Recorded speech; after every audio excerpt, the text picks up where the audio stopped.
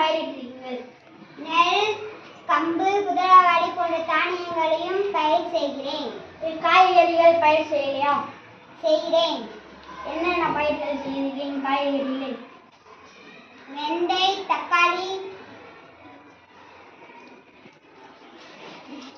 கத்திரி காய்கறி பயிர் செய்கிறேன். நீங்க எதை பயன்படுத்துறீங்க? சொட்டு நீர் பாசன முறையை பயன்படுத்துகிறேன். உன் நண்பர்களை பார்க்கலாமா? வாருங்கள் பார்க்கலாம். நண்பரே, உன்னை பற்றி உங்கள் நண்பர்களிடம் கூறுங்கள். நான் தான் ஏற்கலப்பை, நான் நிலத்தை உழுவதற்கு பயன்படுகிறேன். நான் வந்தால் சத்தா இருந்தால் நல்ல விளைச்சல் கிடைக்கும். நாங்கள் மண்ணில் புதிர்ந்து முளைத்து பயிராகிய உணவுப் பொருட்களை தருகிறோம். நான் தான் ஏக்கரும் ஆத்தியரும் மாற்றரும் போன்ற விலங்குகளின் கழிவு, மக்கிய இலைத்தழைகள், காய்கறி கழிவுகளை பயன்படுத்தி இலை தயாரிப்பார்கள். நான் தான் இயற்கை பூச்சி விரட்டி, கால்நடை கழிவுகள், தாவர கழிவுகளை பயன்படுத்தி எண்ணெய் தயாரிப்பார்கள். நான் பயிர்களில் உள்ள பூச்சிகளை வெற்றுவேன், ஆனால் பூச்சிகளை கொல்ல மாட்டேன்.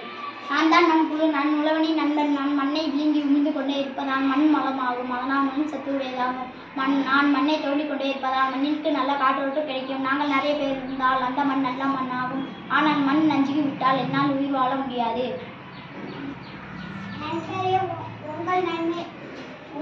என் நண்பரே பார்க்கலாமா? நான் தான் ரசாயன உரம், பல்வேறு ரசாயனங்களை பயன்படுத்தி என்னை தயாரிப்பு அதிக வருஷம் தருவேன்.